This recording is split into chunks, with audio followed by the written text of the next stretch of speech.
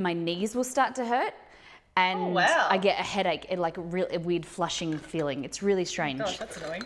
Yeah, it is. But then you keep drinking and then it goes away. But Goes away and you don't really, yeah.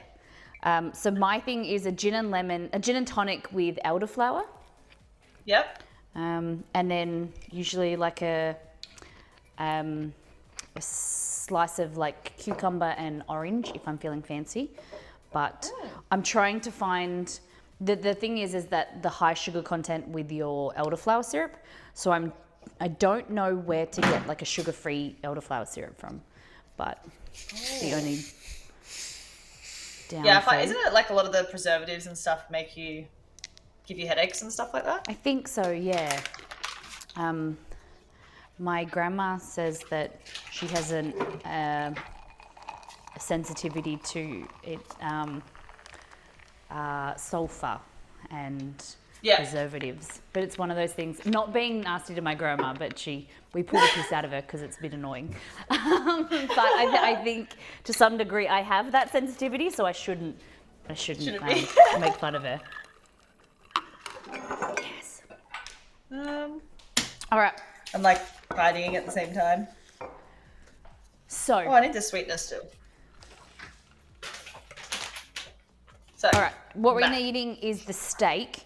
What we're going to do is we're going to season it first.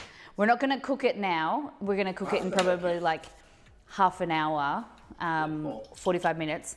But one of the biggest things is seasoning it effectively. Yep. What is your feeling on salt? I don't mind a bit of salt. Good. If you don't have enough salt in your diet, you get leg cramps in the middle of the night, and they're really painful. Yes. So one of the biggest things is when I was talking about this at the start of the stream, I was like, one of the things that a lot of home cooks don't do that they do in a restaurant, and that's why it doesn't taste as good, is chefs heavily salt meat. And that's why your steak, you need to add a lot of pepper if you like, but mainly it's salt. Because what's going to happen is, I've just been reading this the last week, learning about steak, is you put salt on top of your meat.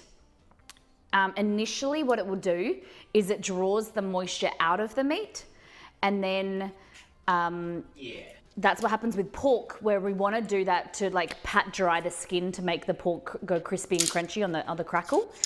But if you leave it there, it's actually, it draws the moisture and the salt back into the meat, and that's what makes it so much more flavorful.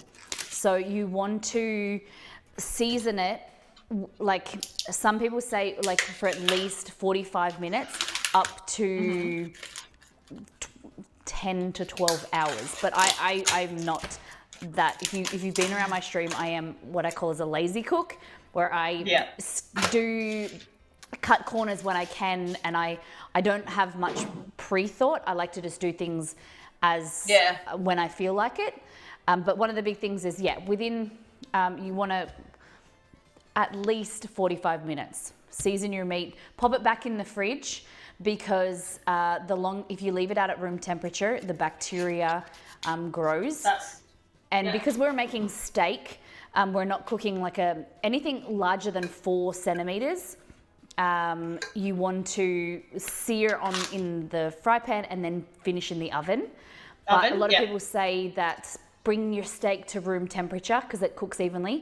It's actually not true, and you're actually by keeping it at room temperature, you're harboring the bacteria, and you can actually, you're in the danger zone. They say. Yeah. So all you want to do, I can peel this off. I really want to weigh these. Yeah, go ahead. Let's see.